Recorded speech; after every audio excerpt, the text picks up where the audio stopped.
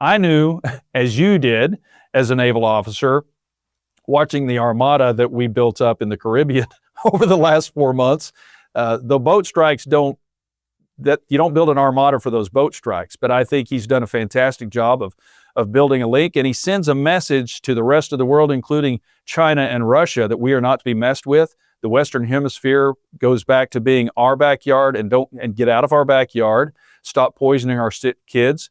Stop killing our kids. And I'm really pleased to know that fentanyl has now been declared a weapon of mass destruction, which is something I've been saying for the last 3 years as a member of Congress, because that's what it is. That is something that is meant to kill, not meant to addict. And they've been killing 70,000 young Americans every year, the future of our economy, the future of our military. And President Trump stands up and says, I've had enough. And when you measure that with the only man who have ever gone into Iran with a flawless strike then and a flawless strike now, he is telling everybody, look, you may have heard the rumors of our weak military and our weak will and our weak resolve. Don't pay any attention to that narrative, because it's just not true. And that's been accomplished before the 1 year mark in this administration. All right, guys, good Wednesday. We're over the hump in our first week of 2026. A lot to break down. Congressman Jake Ellzey, he is a Navy veteran, a pilot from Texas, and he's on the Appropriations Committee as we careen towards another possible government shutdown in 3 days. The 30th of January is when that big deadline comes up. Anyway, as I mentioned, President Trump yesterday, they had this Republican retreat of the House Republican Conference at the Trump Kennedy Center yesterday, where they, laid out what they want to get done in the next few months ahead of the midterms. President Trump went over and addressed them for quite a while. And one of the big, obviously, subjects that a lot of people in D.C. are buzzing about is healthcare. This is what the president had to say about healthcare. You can own healthcare. Figure it out. Let the money go directly to the people. It goes in a healthcare account. There are numerous things you can do, but you have to let no money for the insurance companies. I'm going to meet with the insurance companies. I said, I'm going to meet with them because I met with the prescription drug companies. And that's when I found out what was going on with the fact that we were paying 10 and 13 and 14 times more money than Europe and other places. I learned that at the meeting. Now I'm going to meet with them in a few days. I'm meeting with them all, 14 companies. I'm meeting with them all. I'm also meeting with oil companies. Let's go. You know what that's about. We've got a lot of oil to drill, which is going to bring down oil prices even further. But if you can come up with health care, remember this, where the money goes to the people, you have just owned, they can't fight it. They're owned by the insurance companies. You guys don't get money from the insurance companies. They do. They get a massive amount of money. It's their biggest donor. They're going to try and fight you, but they can't win the fight. If you explain it, the money goes directly to the people. Now, he addressed a lot of stuff yesterday, but I think this is the important thing that he talked about. Because if you listen to all the folks in the media, they're like, everybody's getting their insurances going wackadoodle and nuts and millions of dollars and all these people out in the streets. It's just simply not true. Two things. One, this whole problem was created by Democrats. I've said this over and over again. I talk about it in my newsletter at SeanSpicer.com. These guys jammed Obamacare down our throats. They lied. It was, if you want to keep your doctor, not true. If you want to keep your plan, not true. Affordable Care Act, not true. It's completely unaffordable. Then they passed subsidies to mask it with no Republican votes, and they knew when they were expired. Okay, at the end of the day, this is all their problem that they created. But we have the hot potato. The issue that I have, and I think the president's right, is, okay, then let's add some market forces to it. Let's stop subsidizing the insurance company. You heard Ron Johnson on the show weeks ago talk about the fact that there are literally millions of people on the exchanges that they have basically made no claims, so that the insurance companies are getting their money and there's no person. So this is just a big windfall for insurance companies. At least start to break down the fraud. We saw Minnesota, my God, this, I don't know what more we have to see. One guy, Nick Shirley, exposed billions of dollars in fraud in daycare. If you think daycare has fraud, do you know how much fraud is in healthcare? Holy smokes. The warning signs are there. Let's not miss this moment. And so they should add some market forces, health savings accounts, have some reform in there, but don't miss the moment. All these people who are hand wringing, we should just extend the Obamacare subsidies. Are you nuts? That's like saying that we should just extend the child care subsidies in Minnesota. This is the same problem. Meet the moment, deal with it, folks. And so the president's absolutely right. And I hope these guys get the message. You have an opportunity to do the right thing, to address what will make healthcare more affordable, more effective, as opposed to just shoveling money towards an insurance company to see their profits go through the roof, and pharmacy benefit managers and PBMs.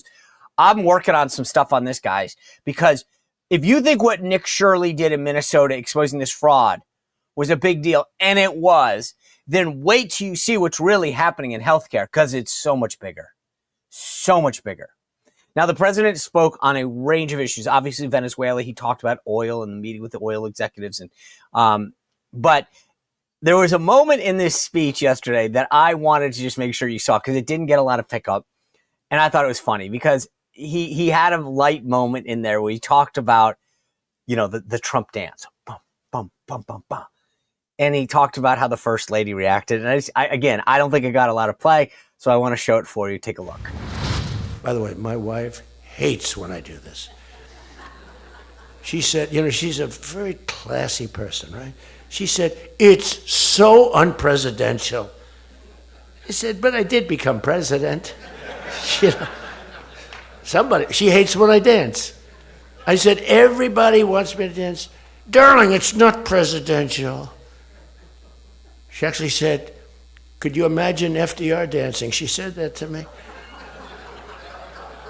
And I said, there's a long history that perhaps she doesn't know.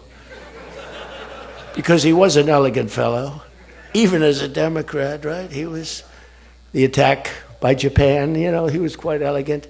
But he wouldn't be doing this. But nor would too many others. But she says, darling, please, the weightlifting is terrible. And I have to say this, the dancing they really like. She said, they don't like it, they're just being nice to you. I said, that's not right. The place goes crazy. They're screaming, dance. And he did, by the way. He ended the whole thing doing the dance, and he's right. They love it. I know they're probably both right. But people love it. It's funny. You watch it now. I talked about this before the holiday, but he understands culture, right? And he's making this part of this. One issue that got a little bit of blowback is he talked about being, quote, flexible on the Hyde Amendment. Now, the Hyde Amendment is about federal funds being used for abortion services, something that we've generally prohibited as Republicans from government. And it got a lot of blowback. Susan B. Anthony put out a statement saying, we've been very clear, no Hyde, no deal. They put out a whole statement on this, Concerned Women for America. Our friend Penny Nance, she's been very clear on the need to stay pro-life. And I'm going to ask Jake Ellzey, the congressman from Texas. He's about to join us. He has been a champion of pro-life issues. He's an amazing guy, champion of conservative causes, but real big, real clear on where he stands on life and what he took from this. So I'll get to that with Congressman Ellzey in just a moment. But there's also some math issues. When they came back yesterday, Congressman Doug LaMaffa of California passed away, 65 years old. He's going in for some kind of procedure. I don't know. I didn't know the guy well, but very well liked. But I didn't realize, it apparently something just did not go well. And then there's a congressman from Indiana that was in a car accident. Marjorie Taylor Greene resigned on 2 days ago. So it would have been, today's the 7th, 6/5. So her last day was on Monday. And so we're now down to ostensibly a 1-vote majority.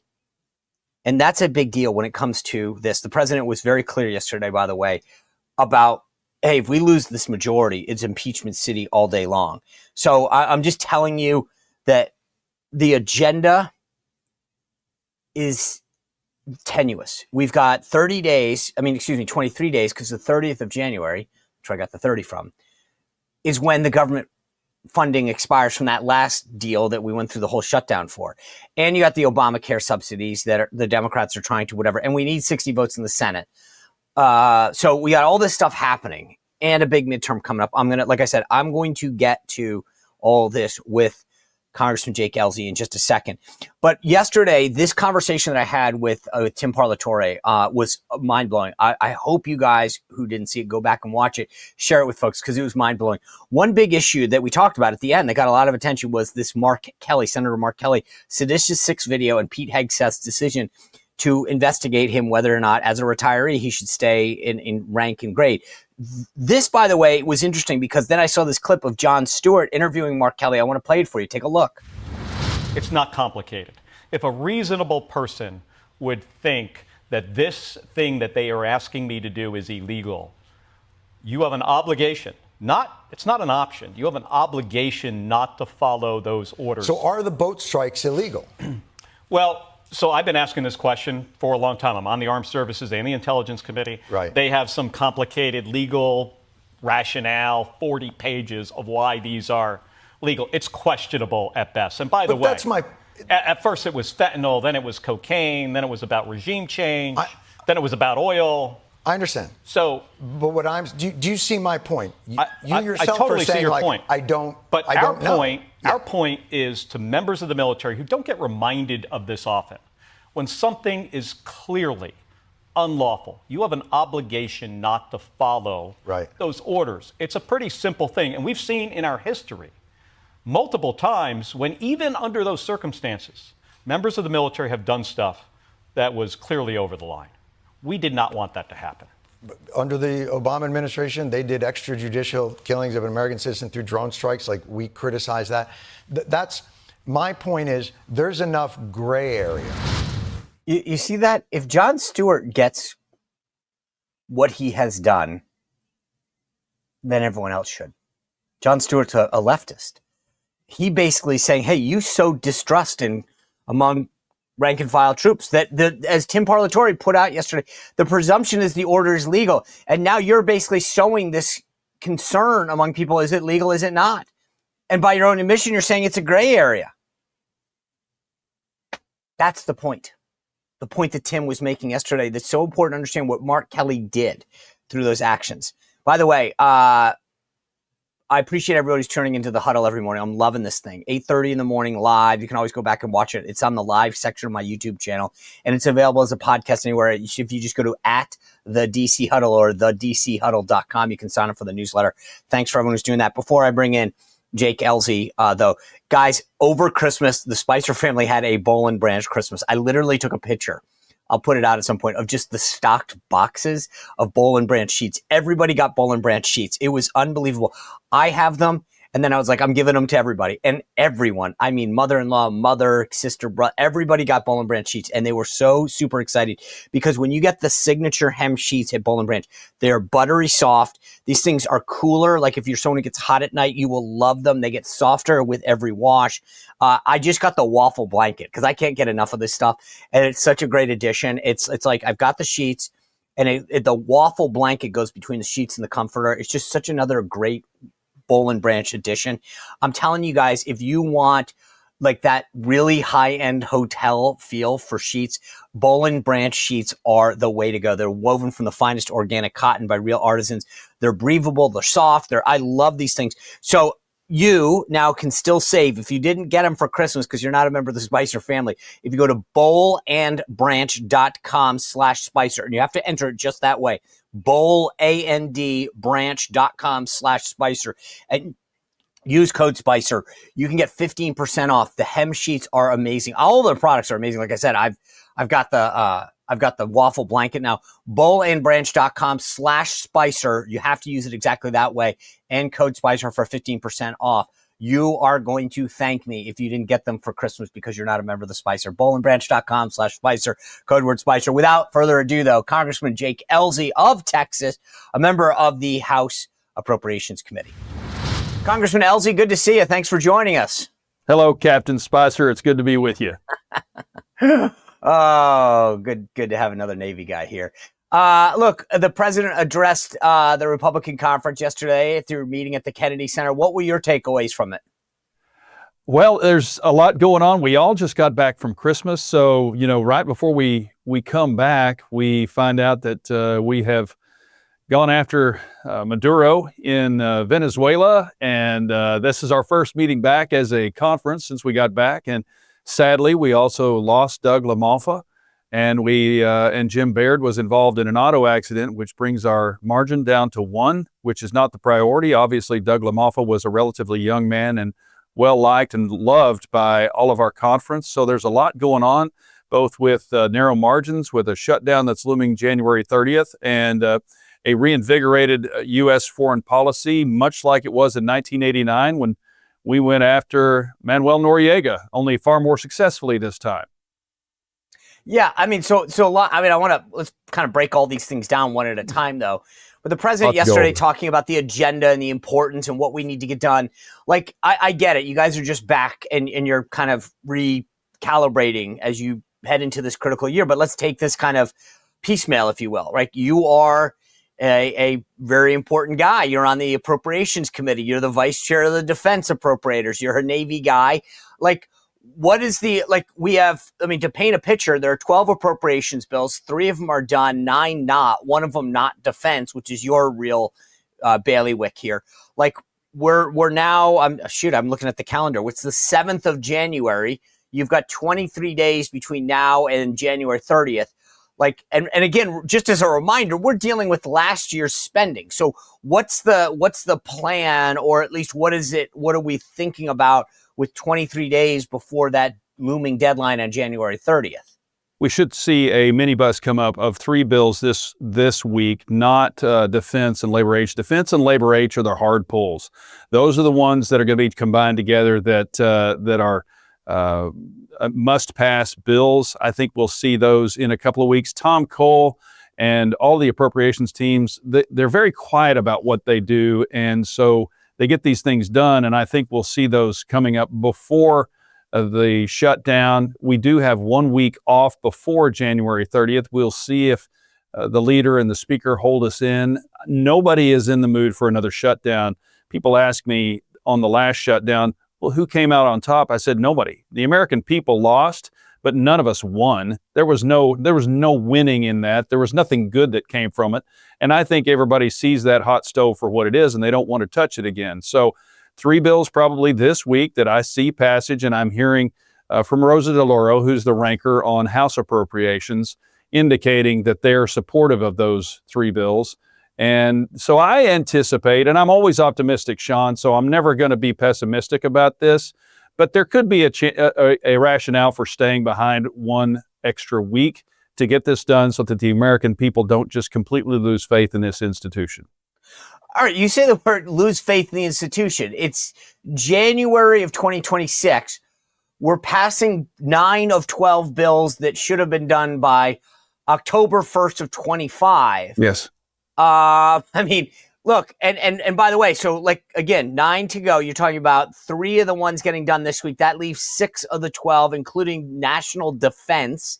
Yes. Like, I got to be honest with you, this is no way to run a railroad. I mean, no, it's not. Talk about faith in an institution. Like, yeah. I mean, look, you used to fly missions all the time, and the Department of Defense isn't currently funded, and we're doing this piecemeal thing. I just don't get how when you talk about this and you ask, people say who won, who lost. Like, I don't see how anyone says, wow, this is going well. No, it's not. It's not. And let's take a step back to how this whole process works. And a lot of people don't, and I didn't either, quite frankly, until I got here, understand how the timeline for appropriations. We have a new administration. We expect the president's budget, which is one of our guidelines for how we go forward in appropriations, in February or March. A new administration cannot get that done. So that's step one. We got that 3 months late. And then we started the process of both the budget and the appropriations. So you're starting off on a new administration already behind timeline. Then the One Big Beautiful Bill took priority over the appropriations bills. And so that kind of pushed us back a little bit further.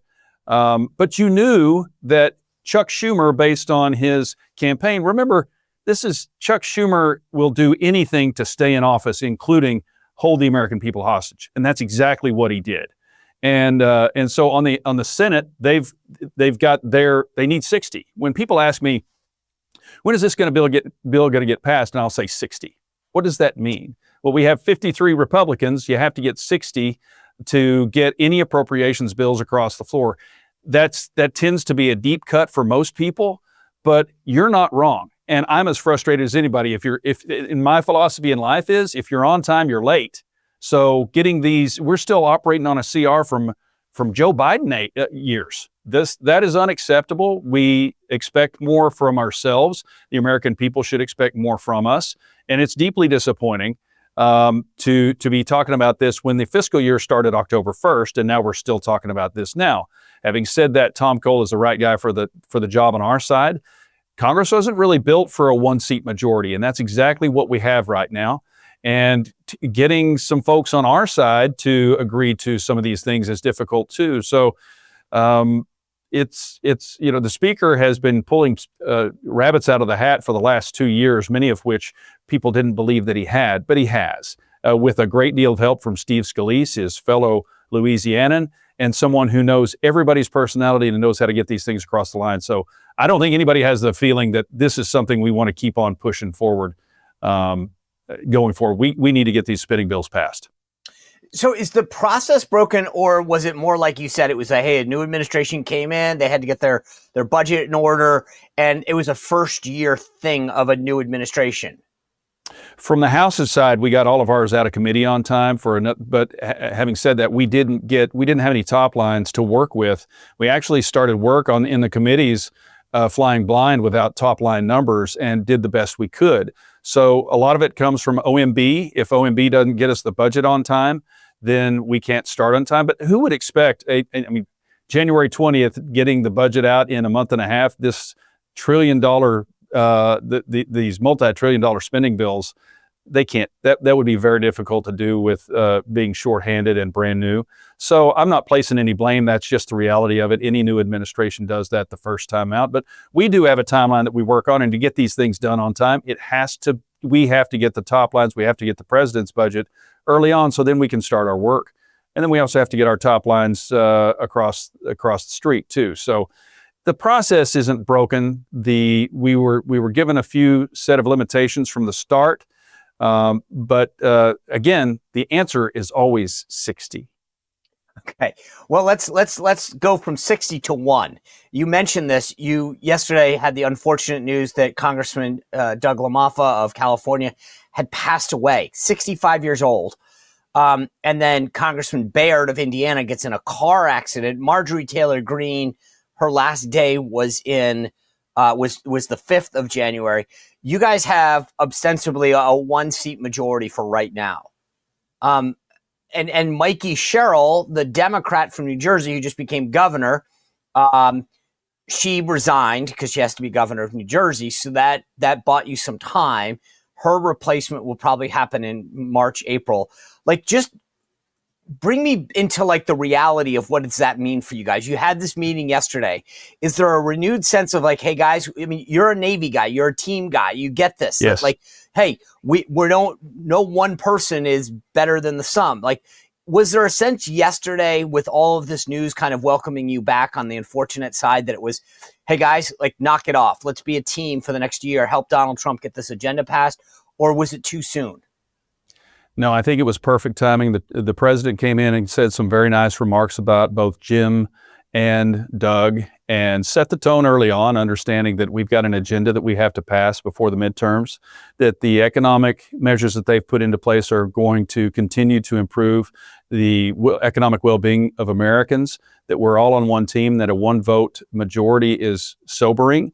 And there was a lot of comity in the room, and folks feel like we need to be focused on getting the work done over the next year before the midterms so we can keep the House. Trump said it out loud. And the cameras were there. He said, you know what? We lose this House, the first thing they're going to do is impeach me, and that's all we're going to talk about for 2 years. We can't afford to do that. I think the economic gains are going to continue to improve, and people's way of life is going to improve, but we understand that if we don't vote as a team, then the other side wins and the American people lose. And so there really was a lot of goodwill yesterday that we know what our agenda is, that time is really short. You know, Sean, I don't know about you, but I always thought 2 years was a long time until I got elected to the U.S. House of Representatives. And I recall, like it was yesterday, President Trump's taking the oath of office in the rotunda. And it's a year. It's been a year. So time really does fly, especially in the House of Representatives, especially when we're always on the razor's edge. Mike and Steve are the right guys in leadership to get this done. They have done an exceptional job of taking in all points of view, and so has the president. So, but we know that it's either success or absolute failure if we don't get our work done with a one-vote majority. So when you were back home in Texas over the holidays, what is it like? What is on the mind of people in Texas? I mean, was it like, hey, Congressman, we got healthcare issues that are coming up. We got affordability issues, national security. What is it that they were telling you when you get back to Washington? These are the 1, 2, 3 things that I really think you need to focus on. Most of my town halls are conducted in the Brookshires in Midlothian, which is where I love to go do shopping. You know, you and I have spent a lot of time in the military, and on my deployments, you never can go to the grocery store. So my happy place is the grocery store. It's either the H-E-B in Waxahachie or the Brookshires in Midlothian. And people will come up to me and say, basically, right now, the attitude in District 6, just south of Dallas, Midlothian, Waxahachie, Hillsborough, Corsicana, those folks are, first of all, the farmers are worried about open markets, so they want their markets open so that they can sell their crops and beef and pork around the world. But all in all, they're pleased with the performance of the president. They're pleased with the performance of Congress thus far because we've been squeaking it through time after time after time, and they know that we're in this struggle to turn the ship around from the Biden era. And I got a lot of I didn't expect this. You never know what you're going to get when you walk into the grocery store, especially the grocery store. Let's say you're at the meat counter. But people are very supportive, at least in District 6, of all the things that we're trying to do. And they know the numbers. And so as opposed to a year ago when they were in a hurry to get things done, demanding answers, I think they're seeing results. And I think that the here in the echo chamber of Washington, D.C., the discussion about how much has Congress gotten done, we've got a great deal done over the course of the last year, and people are paying attention. The American voters are not dumb, but the media narrative, we don't own the narrative, we own the facts on our side. And so when you get outside of this crazy little place, people understand what's going on, and they understand that we do too, and they appreciate the efforts. I'm with you, and I'm less of a grocery store guy, more of a gas station guy, meaning like I'm a cheap, frugal New England dude. And I was driving carpool this morning and I got to the top of the street. There's 2 gas stations. It was $2.75 a gallon. Now I don't know what it is down in Texas, but that's pretty darn cheap for Alexandria, Virginia.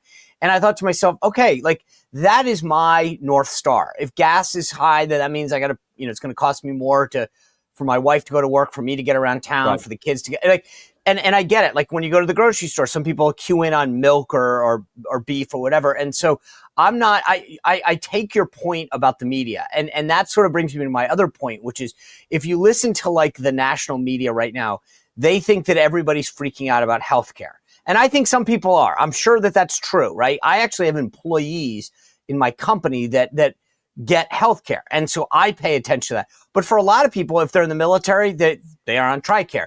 If they're an employee of the government, they have government insurance. If they're an employee of a private company, like if they're at that grocery store and they get healthcare, their employer's paying for it. There are certain people that are clearly dealing with healthcare, Obamacare exchanges, but and are now faced potentially with higher premiums. So one, tell me, like, is that something that you heard about? And two, regardless of how much you maybe heard about it, how big of a deal is it for like House Republicans to address that in the next 30, 60 days? Well, that's a great question, and I pay attention to how many phone calls we're getting and about what subjects in our office, both in the district office and in D.C. The healthcare question hasn't come up, and I'm in a largely rural district. It's not an extremely wealthy district. My biggest city is Mansfield, Texas, and so most of the folks in my district have not been affected by that. You know, one thing I enjoy watching is the Democrats take a kernel of half truth and turn it into a very large crop of weeds of mistruths. And they're when some people are going to be affected by the subsidies to the insurance companies, not to the individuals, that they wrote many years ago during COVID, knowing there was a time certain for it to end. And then they're blaming it on us. They made a time certain for it to end because it was exigent circumstances.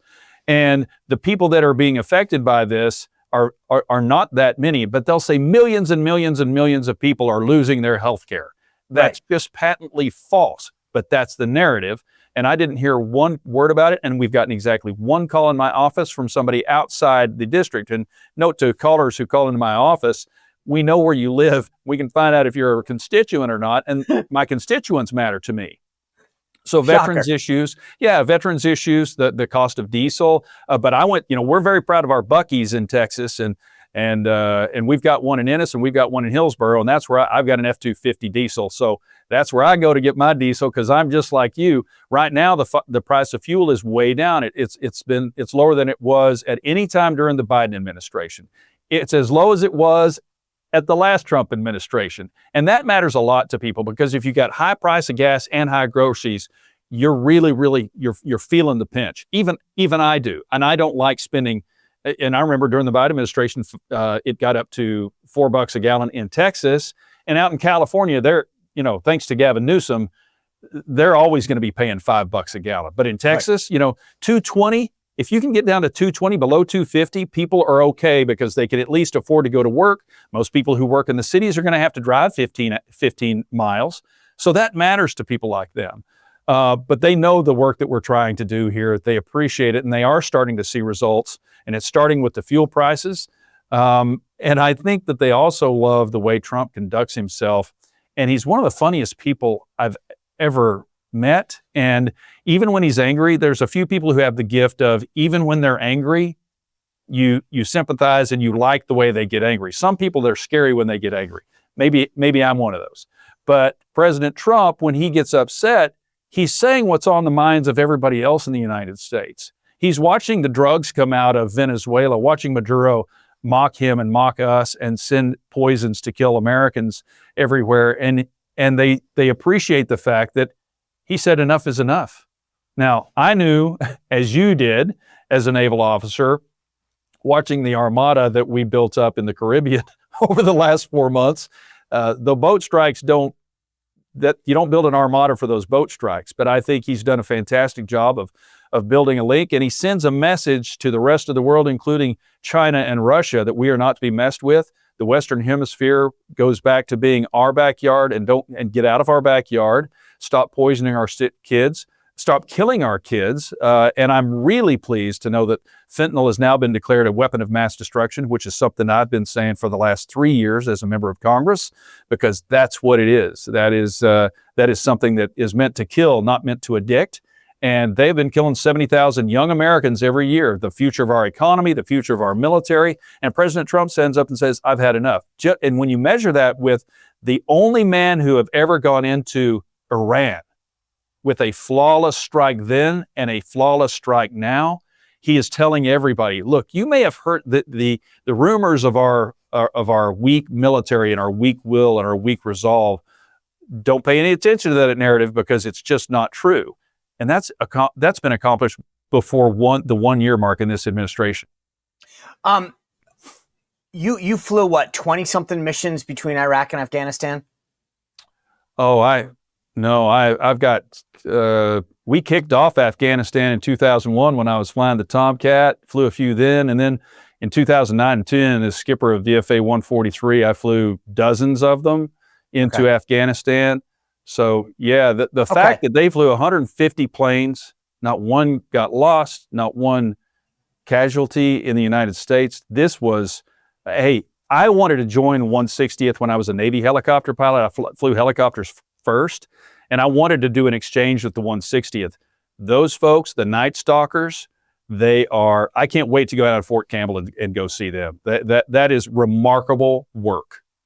Well, that's what I wanted to ask you about. When I was listening to Chairman Dan Kane talk at Mar-a-Lago about the totality and the precision and the jointness of that exercise, I said at the time, as a non-aviator, as a non-like SWO guy, like, okay, like, but I was like, I graduated from the War College, and I was like, whether you go to the War College at Newport on the Navy side or Carlisle on the Army side, like I look back and I go, this is a mission that I think is going to get studied in history for, and I agree with you on that, by the way, on the Iran piece too.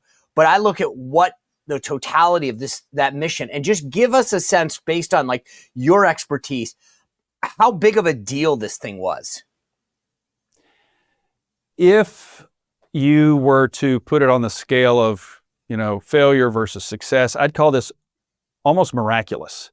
Nothing ever goes that well. It's a small miracle, but it's not. It took planning, it took coordination and jointness and everything going right, and troops that are the best trained and best equipped in the world, knowing that, and who are proud to do a mission like this, because the good versus evil fight never ends. And those who sign up and say, "Here am I, send me," like you, like me, "Here am I, send me," it's for good. It's not just for the United States of America. It's for good, because our allies are going to benefit from these two strikes now, where we have done. And again, when people ask me about, the discussion about should we have done it, war powers, this mirrors almost exactly what George H.W. Bush did in 1989 to include briefing only the Gang of Eight, and went in and got a dictator who had been indicted. But the fact that you went into the Capitol, Caracas, and got him in his this, you remember the movie Air Force One? Of course. Yeah, this mirrors that exactly, and it actually it worked. But we used our exquisite capabilities to darken the city. We used our EA-18G Growlers to prohibit any surface-to-air capability from taking out our slower-moving aircraft. We took out We went in with weapons quick and started alerting to shock them that, okay, this is on. And taking out some key military sites.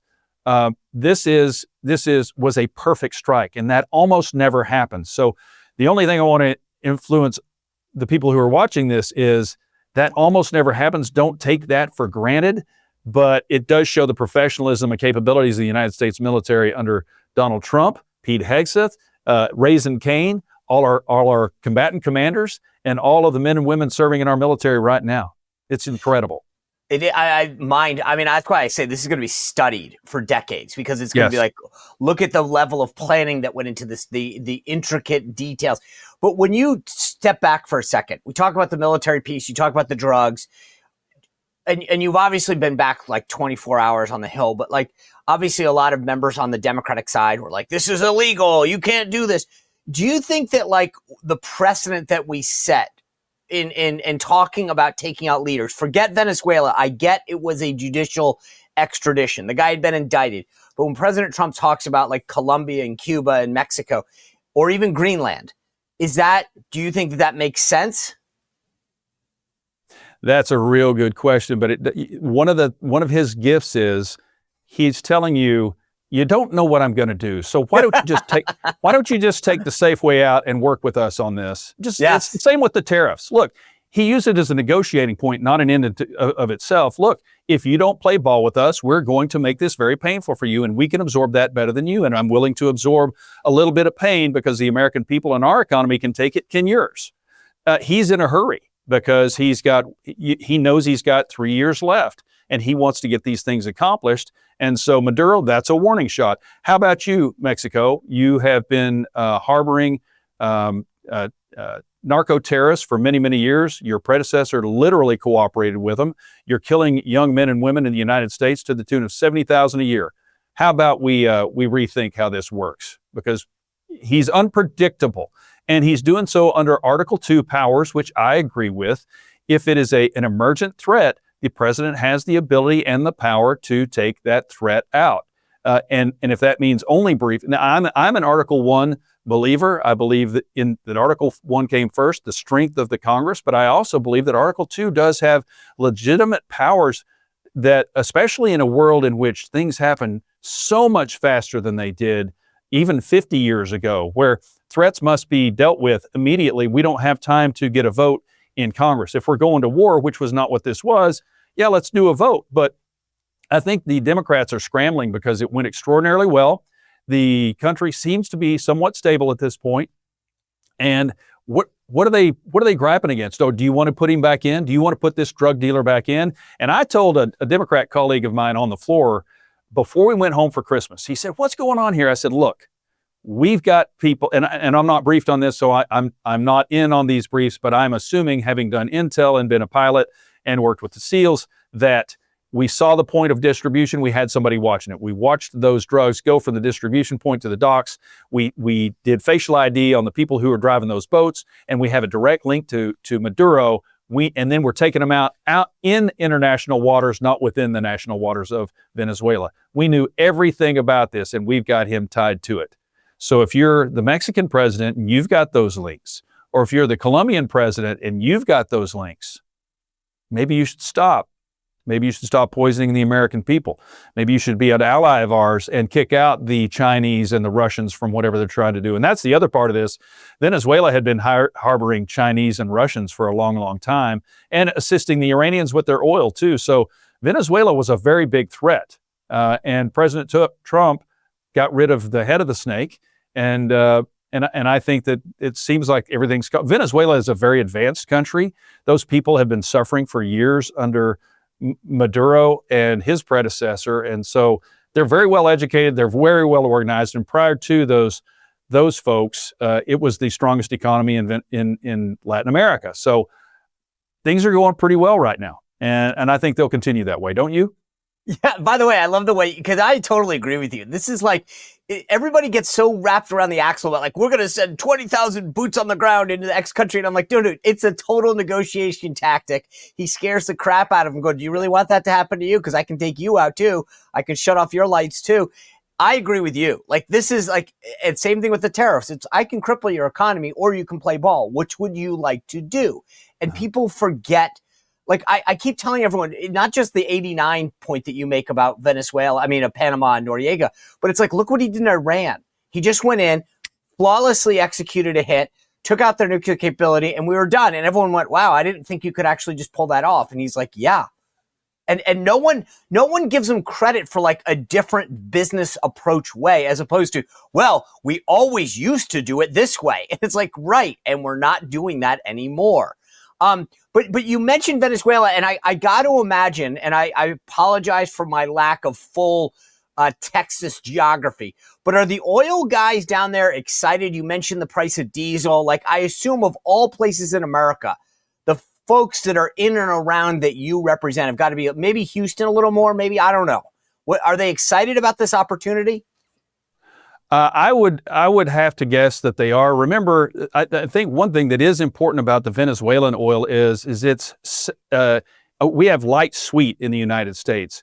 The oil that comes out of Venezuela, which does have the largest oil reserves, proven reserves on the planet, is a different type of crude. It's thicker and they call it sour, and it's used for making diesel and asphalt. So it's a little bit different than that which we have here, but having that secure does provide for more of a national security. But yeah, I think Chevron and all those folks are excited about getting down there. I don't know the inner workings of what that plan is, but again, it's a little slightly different oil, which takes a little bit more effort to extract fuels and other things out of it to make it useful. It's a little bit more expensive too, but knowing that that's not in the hands of Russia and China is extremely important. Yeah. If we're already dealing with the cartels, then it stabilizes world energy prices, which is extremely important right now, especially since under the Biden era, we went to fantasy land and thought that we can just turn some windmills and have power all the time. We had the talk yesterday in the conference, quite frankly, Sean, about reopening some coal plants, because the Chinese are opening coal plants every day. Yeah. They have abundance of power. We have shut down almost all of ours.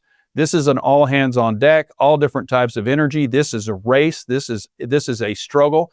For China has ill intent for hegemony over the world.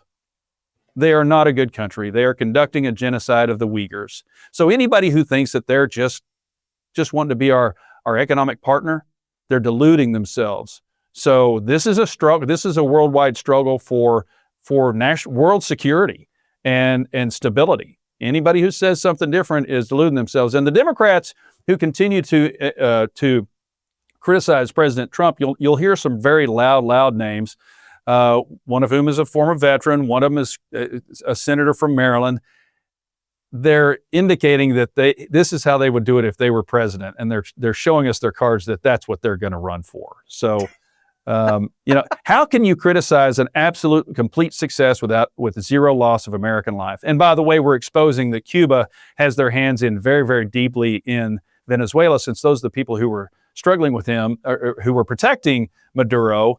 And the people now in Cuba are going, this may be the end of the Cuban regime. The second and third order effects of any action that you take, it may be about time after 62 years for the regime, the repressive regime, the murderous regime in Cuba to fall. I totally agree. I mean, we're simpatico on everything right now. I got to ask you two more quick things before I let you go. Yesterday, the president, when he was addressing you, brought up two things.